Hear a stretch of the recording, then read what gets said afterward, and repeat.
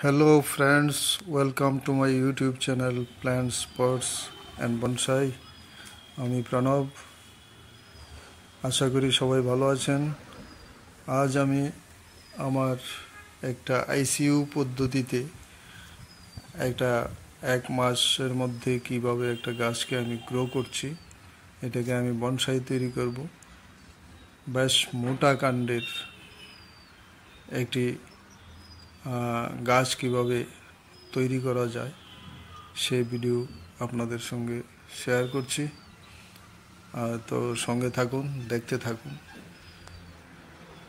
প্রায় 1 মাস আগে এই মোটা কাণ্ডের একটি বগেনভেলিয়ার দুটো প্রায় কয়েক ইঞ্চি মোটা কাণ্ড দুটোকে আমি প্রসেস করে এই আইসিইউতে রেখেছিলাম।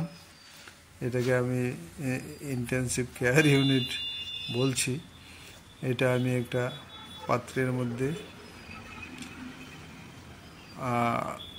বেলে দোআঁশ মাটিতে আমি এটা পুঁতে রেখেছিলাম এবং একটি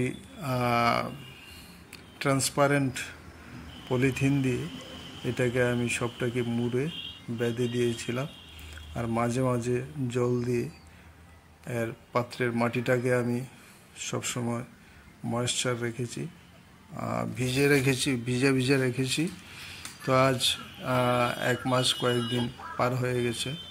তো দেখতে পেলাম যে এর পাতা এবং কুড়ি বেরিয়েছে।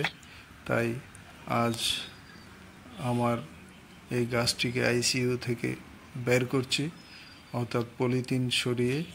দেখুন কত মোটা কাণ্ডের গাছ, এটাকে 1 মাস আগে লাগানো, কি সুন্দরভাবে অনেকগুলি শাখা প্রশাখা পাতা কুড়ি বেরিয়েছে। তো আশা করি আমার এই কাটিংটা সত্যি টিকে যাবে এবং টিকে গেলে আমি দুটি মোটা কাণ্ডের গাছ পেয়ে যাব। এইভাবে আপনারাও অল্প সময়ে মোটা কাণ্ডের গাছ তৈরি করতে পারবেন, চেষ্টা করবেন। ভিডিওটি ভালো লাগলে আমার চ্যানেলটিকে সাবস্ক্রাইব করতে ভুলবেন না। লাইক এবং শেয়ার দিয়ে পাশে থাকবেন। ভিডিওটি দেখার জন্য অনেক অনেক ধন্যবাদ। সবাই ভালো থাকবেন। আবার দেখা হবে নতুন ভিডিও নিয়ে। নমস্কার।